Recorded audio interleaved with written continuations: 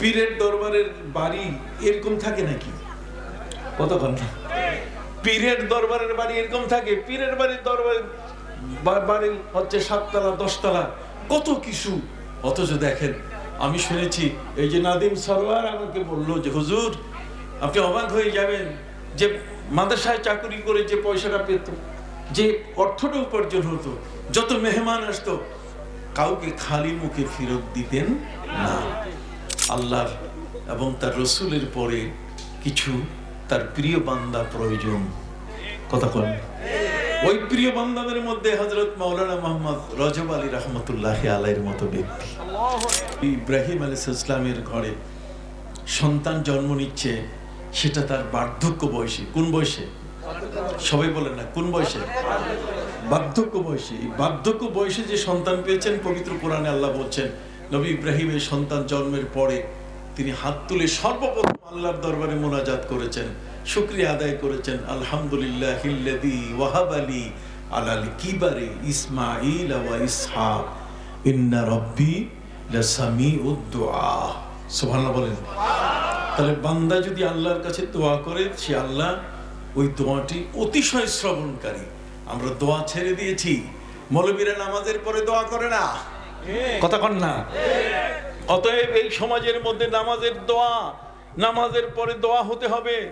এই সমস্ত বিষয়ে আল্লাহর কাছে প্রার্থনার জন্য হাত উত্তোলন করতে হবে। এই বিষয়গুলো জারি রাখার জন্য আল্লাহর এবং তার রসুলের পরে কিছু তার প্রিয় বান্দা প্রয়োজন। কথা বলেন, ওই প্রিয় বান্দাদের মধ্যে হযরত মাওলানা মুহাম্মদ রজব আলী রহমতুল্লাহি আলাইহির মতো ব্যক্তি। কথা কি বুঝতে পারছেন? এই ব্যক্তিদের মূল কারণ হলো যে আল্লাহ এবং আল্লাহর রসুল যা বলছে সেটা সমাজে বাঁচিয়ে রাখা। কতক্ষণ না? এই সমাজের মধ্যে হযরত মাওলানা আজকের যাদের ভাষা ঠিক নাই, কথা ঠিক নাই, যাদের ভাষা চয়ন ঠিক নাই, তারা আজকে আল্লামা হয়ে গেছে। আর যে মহান ব্যক্তি একটা সমাজকে গড়ে তুলেছেন, ধরে ধরে মাদ্রাসা তৈরি করে সেই মাদ্রাসায় লেখাপড়া করার ব্যবস্থা করেছেন, তার কারণ হচ্ছে এই, তারা জানেন যে একটা সমাজকে বাঁচায় রাখতে গেলে কি কি ফর্মুলা, কি ফরম্যাট দিতে হবে। মাদ্রাসা বানাতে হবে, মসজিদ বানাতে হবে, আজান দিতে হবে, কথা কন না। এই কাজগুলোকে যারা নিজের জীবনের অর্থ সম্পদ সবকিছু উজাড় করে দিয়ে, না হলে পীরের দরবারের বাড়ি এরকম থাকে নাকি? কতক্ষণ না? পীরের দরবারের বাড়ি এরকম থাকে? পীরের বাড়ির দরবারের বাড়ি হচ্ছে 7 তলা 10 তলা, কত কিছু।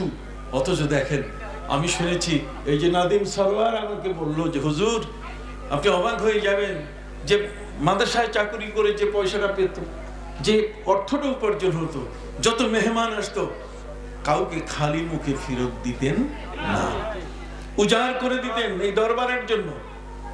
তাহলে এই যে মানুষগুলো, আমি এদের কথা আপনাদেরকে একটু তুলে ধরছি। এরা হচ্ছে পৃথিবীর মধ্যে নেককার সন্তান। কতক্ষণ না? এরা কি নেককার সন্তান। নেককার সন্তান এমনি এমনি পাওয়া যায় না। যাই হোক, আমি বলতেছিলাম যে হযরতে নবী ইব্রাহিম আলাইহিস সালাম বার্ধক্য বয়সে তিনি সন্তান পেলেন, ইসমাইল এবং ইসহাককে। জোরে বলেন না, ইসমাইল এবং ইসহাক। তাহলে ইসহাক এবং ইব্রাহিমকে পেলেন। এটা হচ্ছে একজন নবীর সন্তান পৃথিবীতে কিভাবে আসলো, মিলাদ, তার মানে সন্তান কিভাবে শুভাগমন করলো। হযরতে নবী ইসমাইল একজন সাধারণ নবী নন। পৃথিবীর যদি ত্যাগের ইতিহাসে কাউকে দেখা যায়, ত্যাগ কাকে বলে, কিভাবে জীবন দিতে হয়, যদি এই বিষয়টা যদি কাউকে কেউ বুঝাতে চায়, তাহলে হযরত ইসমাইল আলাইহিস সালামের ঘটনা দিয়ে যদি তাকে বুঝাতে চায়, তাহলে তার চোখ দিয়ে ঝরঝর করে পানি ঝরবে। একটা ছোট্ট শিশু, মাত্র 11 বছর বয়স, বাবা স্বপ্নে দেখেছেন তাকে জবাই করতেছেন, আর ছেলের কাছে গিয়ে বলার সাথে সাথে বলছে, বাবা আমি রেডি, আপনি আমার গলায় ছুরি দিয়ে আমাকে জবাই করেন। ইয়া বুনাইয়া ইন্নী আরা ফিল মানামি আন্নী আযবাহুকা ফানজুর মাযা তারা قال يا أبت فعل ما تؤمر সাতাজিদুনি ইনশাআল্লাহু মিনাস সাবিরিন। এই যে ধৈর্য, আত্মত্যাগ, এই যতগুলো ফর্মুলা এই আয়াতগুলো থেকে বের হচ্ছে, এগুলোই আল্লাহর ওলিদের সোপান। কতক্ষণ এগুলোই হচ্ছে আল্লাহর ওলিদের জীবনের অনুশীলনযোগ্য বিষয়। এগুলো নিয়েই তারা কি করেন? অনুশীলন করে। কে বলে আল্লাহর ওলিরা এমনি ভেসে এসছে? না না, কোরআন হাদিসে তাদের অস্তিত্ব আছে। আল্লাহ যদি শুধু তার রসুল এবং তাকে নিয়েই থাকতেন, তাহলে আতিউর রাসূল ওয়া উলিল আমরে মিনকুম, আতিউল্লাহ ওয়া আতিউর রাসূল ওয়া উলিল আমরে মিনকুম, তাহলে উলুল আমরের কথা বলতেন না। কথা বুঝতে পারছেন? ওয়াত্তাবি সাবিলা মান আনাবা ইলাইয়া, এটা কখনো বলতেন না। শুধু তাই নয়, বরং পবিত্র কোরআন মজিদে আল্লাহ রব্বুল আলামিন বলেন, وَمَن يُشَاقِقِ الرَّسُولَ مِن بَعْدِ مَا تَبَيَّنَ